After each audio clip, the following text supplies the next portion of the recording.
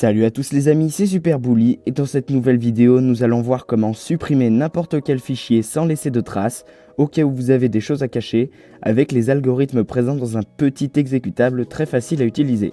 C'est parti. Eh mais René. Oui René? T'as oublié quelque chose là mon René. Ah bon René? Bah oui René, l'intro. Ah oui l'intro?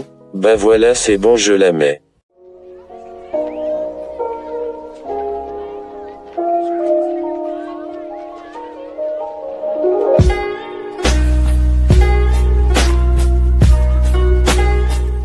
Évidemment, pour effacer sans laisser de traces, nous allons devoir utiliser des algorithmes relativement sophistiqués. Il en existe des nombreux, tous très différents et possédant tous leurs avantages et leurs inconvénients. Bien évidemment, aucun n'est parfait et permet d'être sûr à 100% qu'aucune trace n'est laissée, mais certains s'en rapprochent beaucoup et peuvent, comme vous allez le voir, être assez insolites. Pour commencer, il existe l'algorithme 0 qui va remplacer tous les caractères du fichier que vous voulez effacer par des zéros. Il existe aussi l'algorithme aléatoire qui va les remplacer par des caractères aléatoires. L'algorithme 0 et aléatoire qui va remplacer par des zéros et des caractères aléatoires. Et mes deux préférés sont aussi les plus originaux.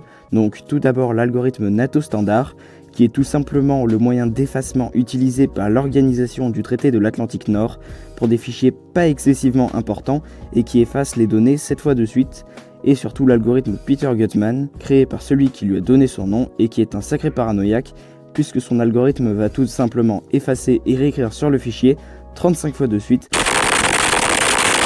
ce qui en fait l'algorithme le plus efficace à ce jour, mais aussi le plus long à utiliser. Le logiciel que j'utilise se nomme Whitefile. C'est un tout petit utilitaire de moins d'1 mégaoctet qui est en version portable. Il ne nécessite donc pas d'installation et peut être mis sur une clé USB pour être transporté n'importe où. Vous trouverez un lien Google Drive en description pour le télécharger. Maintenant, passons à la pratique. Donc à droite, vous avez le dossier qui contient le logiciel et à gauche, c'est tout simplement le petit fichier test qui est un fichier texte que nous allons effacer.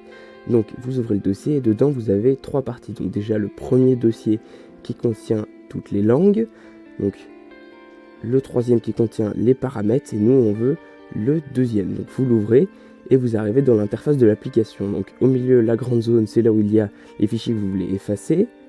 Juste en dessous, c'est le choix de l'algorithme et tout en bas, c'est le bouton pour effacer. Donc évidemment, pour l'instant, il n'y a rien au milieu. Pour ajouter un fichier, vous cliquez sur ce petit icône. Donc si vous le voulez, vous pouvez aussi ajouter un dossier, mais moi je vais juste mettre un fichier, donc vous cliquez pour le sélectionner et moi je fais juste une ellipse le temps de trouver le mien. One eternity later. Donc voilà, c'est bon, mon fichier est là, il y a son chemin, donc je ne vais pas changer l'algorithme et je clique tout de suite sur effacer. Donc on me demande si je veux bien effacer, je fais OK et voilà, c'était très rapide, il a été effacé. Et maintenant, si je vais voir mon fichier et que je veux l'ouvrir, eh bien je ne peux pas car il a été totalement supprimé, il n'existe plus.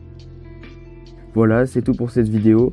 En espérant qu'elle vous aura plu, je vous invite à mettre un like ou à vous abonner si vous en avez envie. En tout cas, moi je vous dis à plus.